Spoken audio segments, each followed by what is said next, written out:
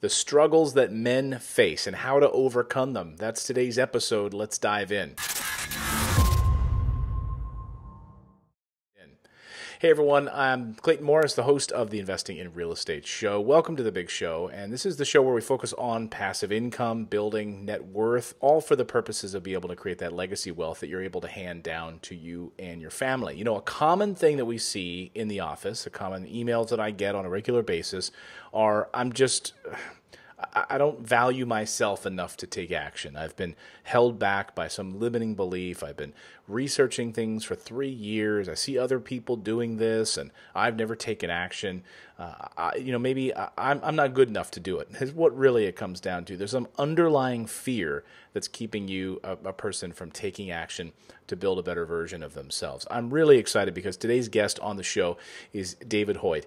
Now, David is a guide, a strategist, a speaker, a coach. He's an experienced designer, communicator, leader, and initiator. He's had the privilege of riding shotgun with John Maxwell, the great John Maxwell, for 19 years, serving as an inner circle member, and most recently served as the president of the John Maxwell Company. But then David decided to step away from that and worked in a limited capacity. He wanted to start working full-time in order to pursue his calling of being a guide to men on their journeys. So he also dives into this, involves helping them become the best version of themselves through the highs and the lows of life. And he does this by guiding people through a process, which we're going to talk about on the show today. David, welcome to the show. It's great to be here. Thanks for having me. Thank you so much for doing this, David. And, you know, we obviously talk a lot about real estate on this show and buy and hold real estate. We get in the nitty-gritties of tax strategy and other things. But I've learned over the years, that's why we do a bunch of shows around these topics, is that it's not just about the nuts and bolts on a spreadsheet and about being able to pull the trigger financially. There's so much more to success, holding people back. And that's why I wanted to have you on the show, that we can dive into some of those subjects today. Great. Well, you're hitting on my passion when you talk about limiting beliefs or people understanding what they're really gifted and wired to do.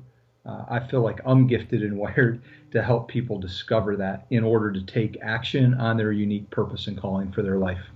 So take me back a little bit of your journey. I mentioned some of it here, 19 years serving with John Maxwell as a coach, as an initiator, as a strategist, a communicator. Tell me a little bit about that early journey and how you came to say, you know what, I need to go out on my own. I need to start doing this myself.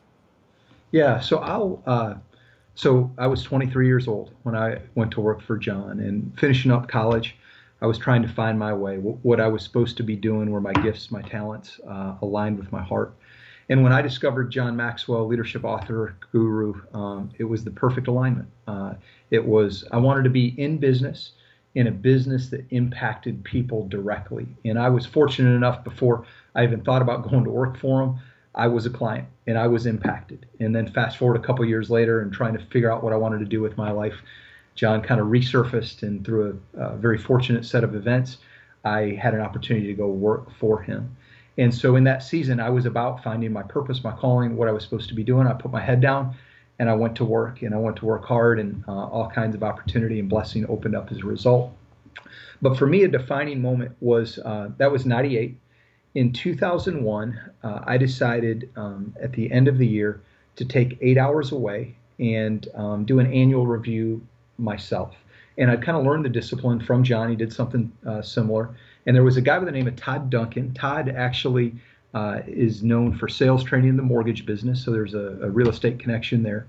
And he had done an audio lesson. This was before podcasts. This was good old fashioned tapes. Maybe good, yeah. And it was called Annual Review with You. It was 8 hours, get away, kind of hour by hour guide. So I'm doing that. So I get away, I start my process. And I realized it was all predicated on having something called a life plan, kind of a strategic operating plan for your life. And I didn't have one at the time. And so I audibled that day, and I created my first homemade version of what was going to be my life plan. But here was the defining moment for me that day. I'm a driven guy. I've always kind of been goal driven. I mean, you can go all the way back to elementary school age, and I could tell you goals I had back then. But I realized I was defining success, and I was living intentionally in two areas. It was career, and it was financial. Everything else was a distant second place. And when I really thought about my life and what I wanted my life to be about that day, I realized those things were important, but I didn't want my life only to be about those two areas. And for me, I identified 10 domains, 10 buckets of life that I wanted to live intentionally in. And so for the next 15 plus years, that was kind of my guide of vocation, finance are two of my domains, but I got 8 other areas that I'm trying to live purposefully in. And it set me on a course of living as an intentional life as I could. I then hit midlife. I'm 43. I just turned 43 last week. And as I hit my early 40s, I began to re-ask some of those questions. I accomplished a lot of the goals that I had, and in fact, they had surpassed them beyond my dreams or imaginations of 10 to 15 years prior. And there was still this drive in me. There was a little bit of lack of peace. And it put me back to asking, why uniquely am I on this planet here? What am I called? What am I created to do?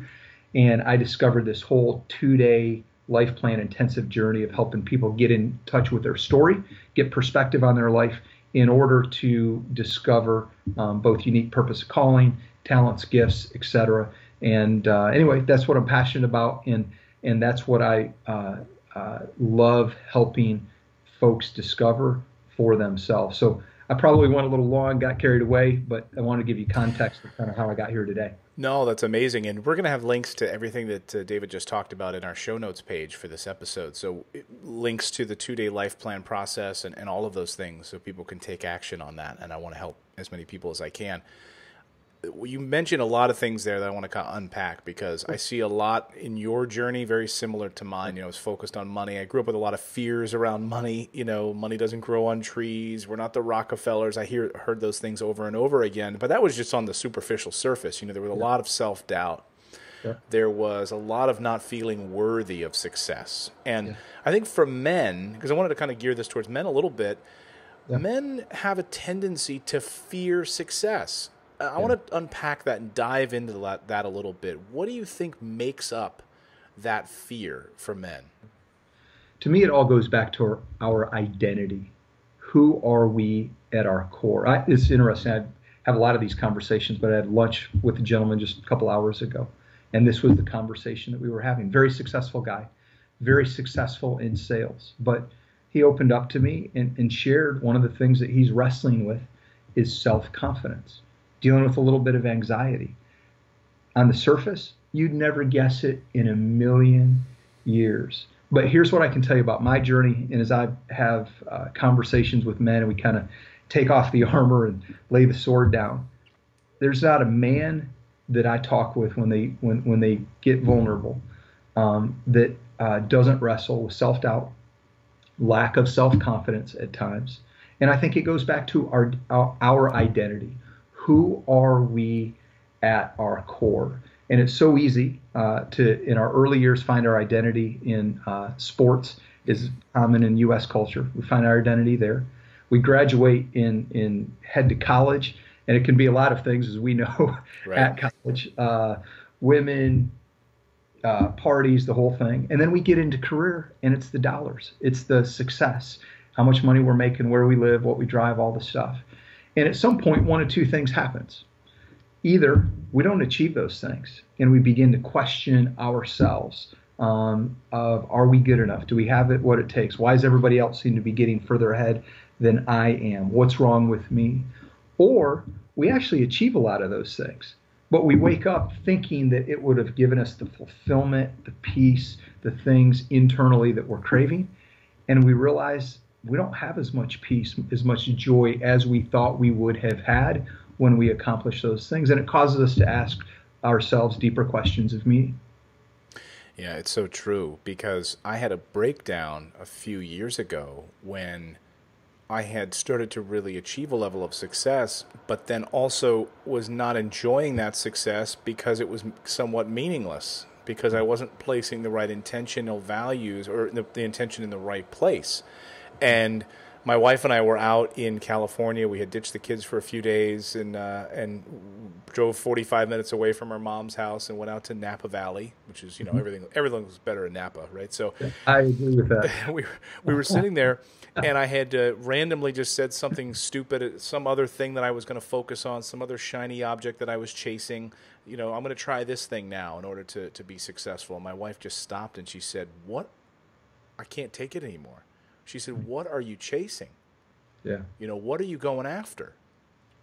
And it really just hit me like a ton of bricks. I was like, Yeah. I don't know. What am I chasing? What am I chasing? I mean, it because yes, I could get buy the new guitar or buy the new car, and after a week, 2 weeks, that's not going to make me any happy. That happiness that artificial happiness is just going to wear off. Yeah. It's not real. So Right. what are we chasing? Mm-hmm.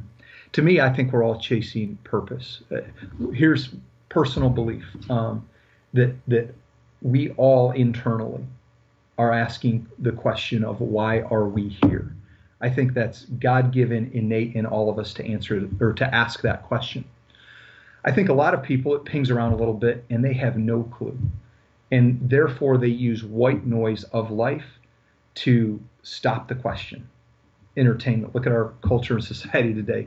We are entertainment driven. It can Right. be career success. I mean, the list goes on and on and on, all kinds of substance abuse. It's white noise. I think some people, with that pinging around inside of them, all of a sudden begin to ask more intentional questions of why am I uniquely? Why am I here? What do I have to contribute? I believe we're wired all to make a greater contribution. I also believe that when we really go after seeking the question of why am I uniquely here, I believe we'll discover it. And when you find the people who are most fulfilled and who it's not about how much money they make or, quote, the success they have, I think it's because they've discovered their purpose and meaning in life, and they are about, on a consistent daily basis, living that out. And I think vocation plays a big part of it, but I also think it's much broader than vocation. A lot of the folks that I work, a lot of the guys that I work with, crazy successful in their career. But when we spend 2 days looking at their life and diving in, inevitably what we almost always find, they have sacrificed so much for that career success, Right. Both personally, health, spiritual, emotional, intellectual, physical health, family, etc.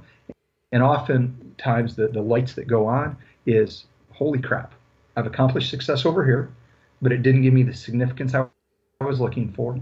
And unfortunately, I've neglected a lot of other important things in life. And it's at this midlife stage that typically we ask those questions that hopefully we can realign and make the second half of our lives that much more significant. But it goes back to your question. I think it's the question of purpose. And only a small number of people actually go on the journey to discover it. When you ask the right questions and go through the right process and seek mentors, I believe you can find it and then align your life to live that out. And I believe that's where the greatest joy, peace, the things we're all ultimately looking for are found. It's amazing because while we talk about real estate here on the show and the folks that we work with, I mean, a common refrain among the men that we talk to, I would think, 85% of the people we talk to on the phone in the office are men. I mean, it's just the bottom line. Sure. And it's a common thread among them is that they've just had a child or they're about to have a child. They're tired of commuting 2 hours to work, 1 hour each way. And for men, maybe we're selfish when we're younger because now that the specter of having to provide for a child and a wife, etc., comes into their life, it pulls us out of that selfish behavior and we start to think about, building legacy wealth for our family or making sure that our family is taken care of. What do you think it is about that transition? Maybe it's turning 40, maybe it's 38 years old, having that child that forces men to put down that shield for a few moments and really get serious with themselves? So to me, it's a turning point. And a turning point is anything significant in our life that causes us to somehow shift a little bit directionally. Sometimes those turning points are 180s. I mean, it could be the unexpected loss of a job and what am I going to do now in a totally different career direction. Almost always, call it always, the first child will be a turning point in somebody's life. I didn't have that responsibility before. I now have that responsibility. It could be the death of a parent. I mean, it could be a lot of different factors. But I think when we really begin to ask those questions, something significant has happened in our life to take us off cruise control. I do believe a lot of us get on cruise control in our lives when things are going just fine. There's no major problems or dilemmas or transitions. We just head down and we keep going. But the moment there's a speed bump, could be good, could be bad. But the moment that there is a directional shift, something significant happens, a turning point, is naturally when we ask those questions. And I think men in that 35 to 50, there are naturally some of those turning points. And it could be becoming a father for the first time, typically on the earlier side of that spectrum, or a major career shift, sometimes achieving the things that they thought, but realizing there's got to be more, or it can be that unexpected transition that causes them to say, what am I really doing? What do I really want to do? The other thing that it saddens me is the number of guys that I talk to that inside them have a dream. They wish they could, but they've had so much success, they have so much of a responsibility, and they're almost trapped in what they're doing. And they know what they wish they could do, but they don't even believe it's possible. And my challenge to them is you don't have to have it all figured out. I don't think life works that way. Unfortunately, before we make a major transition, I just don't think we ever get to see all the steps. But my encouragement to them is, why don't you take a baby step in that direction? Doesn't mean you quit your day job, but just do something to begin to pursue that passion of yours and see what happens. And I believe that when we begin to walk in a specific direction, there are doors of opportunity that will begin to open that otherwise would be impossible to open if we don't start in that direction. And I can see it talking about what you do and how you help people with real estate. I can see how that applies there as well. Yeah, for me, I mean, that passion of being able to, the emails that come in from folks who tell us that they've been able to hit financial freedom by working with us. They've worked with us for 2 years and they're now on their 10th property and they've been able to quit their job and they're able to spend, that's the thing that gets me choked up. That's the thing that I share with the team and I get tears in my eyes because it's so powerful and it means the world to me. I think for a lot of people, and I know this was my struggle, I wasn't clearly defining what success looked like. Yeah. And my dad and I had a real heart-to-heart during the holidays and tears. I mean, my birthday was New Year's Eve, and my dad has always chased his whole life. He's 83 now. And he's still, signing up for courses and reading books on business and so forth. But he's never pushed through it. And in his mind. But I had to pull him back this afternoon, this one particular afternoon, and I said, Dad, I want you to understand something. You've achieved it. You have reached that level of success that you've always been chasing. You've got the great family. You've been able to. You're here right now at a birthday party for your grandkids. What else is there? What does it mean for you to be successful? And he'd never thought of it in those terms before. He'd always come from a place of lack, a place of money is the way that I define success. Yeah. When you take people through your 2-day process and you're really working with them one-on-one, how do you help them define what that success looks like? Yeah. So a big part of the process is getting perspective on their life first. And one of the things for me and my journey, I mentioned to you at the very beginning, I did my first homemade version of my life plan. But what I realized, all of my thinking then was forward. I didn't first look backward to understand my story and also do a lot of inward thinking to understand my heart. So what I do in this 2-day process is a lot of it's first perspective gathering of looking back at your story, looking inward at your talent and your hearts. And when we get to the point, typically late morning on the second day, we're at a point where we go through an exercise and help a person craft their unique life purpose statement. And I tell people, for some, it's an aha moment. It's like so crystal clear. For others, it should definitely be pretty close to center of the bullseye, but they may do a little massaging after it. But where we go from there is we begin writing an envisioned future. And I typically encourage them to look 10 to 20 years down the road, or if there's a significant birthday in that window. And we put 2027, be 53 years old. And I begin to have them write a statement around each of their life domains personally. Give me a sentence or two that describes what success looks like 10 years down the road. In your family, your relationship with your spouse, your relationship with your kids. Give me a sentence or two around what that looks like. And we do vocation, we kind of work down it. And then, in a session like that, we keep it to a sentence or two. But one of the homework things that I give them is take a couple hours minimum, ideally a half day. And with what we started, that's all it was. It was a starting point. I want you to get together and I want you to write. And nobody's going to see it. Nobody's going to judge it. It should make you a little bit scared and nervous. But think about what success looks like in that window of time that you have picked. And begin to dream and begin to define it. And I don't believe you just name something and you achieve it. That's not a personal belief. But man, if we don't envision the life we want, how are we going to make decisions today to get us going in that direction? And I do believe that how do we end up, we're going to end up someplace 10 years from now. Right. How we're going to end up there is the decisions that we make today, the next day. And unless we have a picture of where we want to be, we're going to end up someplace randomly versus someplace on purpose. And so for me, it's write the statement, define what it looks like, and think not just a year or two out, think 10 to 20 years out of what success looks like. Another exercise, is having somebody think about their epitaph, somebody think about their funeral. What do you want said? And it's those kind of exercises that allow us to define success. And hopefully we define it a lot broader than simply our bank account. Yeah, that's really powerful. The epitaph thing, or even the eulogy. Well, what would you want people at your funeral to be saying about you? Is it that that guy made a lot of money, and he never saw his kids, he was never around, and he was really selfish with his time. He didn't give of his heart to other people, and he was more concerned about what he held on to than what he was able to give away. It's that's not the eulogy that I want. Mm-hmm. Yeah, it's powerful. And this idea of envisioning something, that whether it's a vision board or putting something down in your journal and thinking about it, it's not just about like some positive affirmation like you talk about, like it's out of The Secret, right?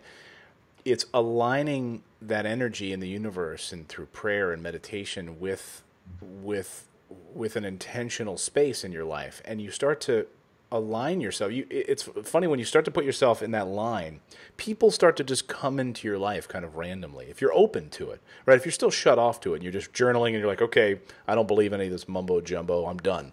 Well, then the universe isn't going to align to start bringing you mentors that suddenly show up at your church or at a meeting. And hey, I'd love to go grab lunch with you. And all of these things start to align in miraculous ways if you allow them to.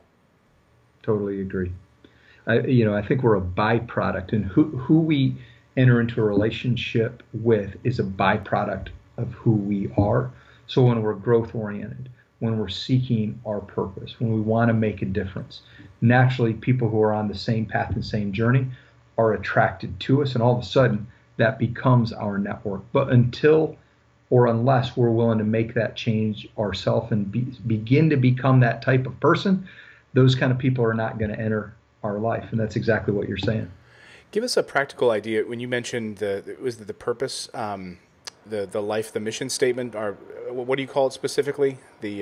So unique life purpose statement. And then there's the vision, and the vision for me is typically 10 to 20 years down the road, the envisioned future. So the life purpose statement, that mission statement that we could staple to our wall. Give me a typical example out of like one of these workshops, what one might look like that you might help refine. I always think these sort of real world examples helps us frame it. Well, I'll give you mine. How about that? Yeah, so that's great. Mine is, I exist to be a guide to men on their journeys to live lives of purpose, courage, and intentionality. So totally unique to me, totally unique to my gifting, totally unique to my heart. But typically it's less than 20 words. It's succinct. And to me, how do you know you've dialed it in? When you say it, there's a sense of healthy pride. There's a sense of that's what I'm called to do. And when you're doing it and you can look back at a day that you've just completed and you see tangibly how you were living that out, there's that healthy sense of accomplishment, self-confidence as I'm doing what I was created to do. That's great. That's a powerful, powerful statement.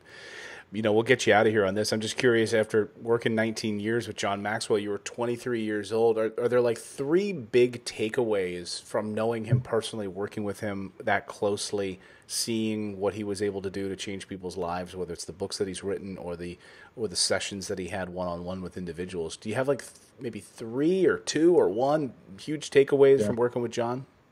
So I have so many. I mean, John over time truly became like a father-like figure to me, and learned more from him than any other person by far. I've learned the most from him. But some things specifically is around this idea of intentional living. John is so intentional in everything that he does. He's written a book, highly recommend it to your listeners, called Intentional Living, one of the top 5 books I've ever read.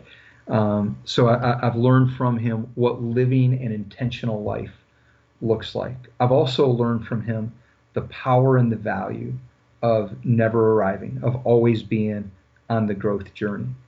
John's now 70.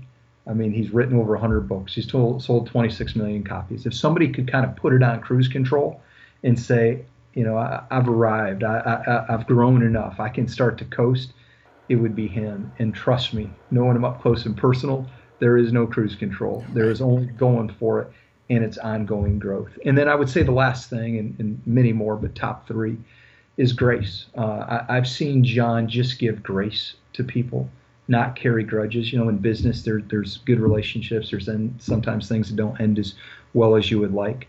But boy, John gives grace and blessing to people better than anybody I've ever worked with. So grateful for the 19 years, learned so much. Still, I mean, a wonderful friend and mentor. None of that has changed, and continue to champion all that he's doing to help leaders. That's wonderful, really powerful. And I haven't read his book. I haven't read the How to Live an Intentional Life. I'm going to check that out, and I'll have links to that in the show notes page so everyone can dial that in as well if they haven't read that. David, it's been so great having you here on the show. I really appreciate your wisdom, and I hope men got a lot, women too, but I hope that men who deal with a lot of these issues specifically are going to get a lot out of today's show and can really start to dial this in. How can people go through your 2-day life plan process? How can people learn about everything that you're working on? What's the best way to get in touch with you? Yeah, my website, just my name, davidshoyt.com, davidshoyt.com, and then on there is about life plan coaching. I do some consulting as well, and it's all on there. Perfect. Well, I'm sure our listeners, there's a lot of folks in our audience who would really love to be able to take you up on that and go to one of these, either one-on-one coaching or to be able to come out for a weekend and spend with you as well. David, thanks so much for joining us on the show. It's been a real treat. Thank you, Clayton. I really appreciate it. Take care. Thank you. And thanks to all of you for downloading and subscribing. I hope you got as much out of this as I did. I'm going to be checking out a couple of the books that David mentioned, and I'm going to be listening to this repeatedly. So my big thanks to David. And thanks to all of you for making this a part of your weekly schedule. We publish the show 3 times a week, Monday, Wednesday, and Thursday. Now, go out there, take action, live an intentional life, but also become a real estate investor and take action. We'll see you next time, everyone.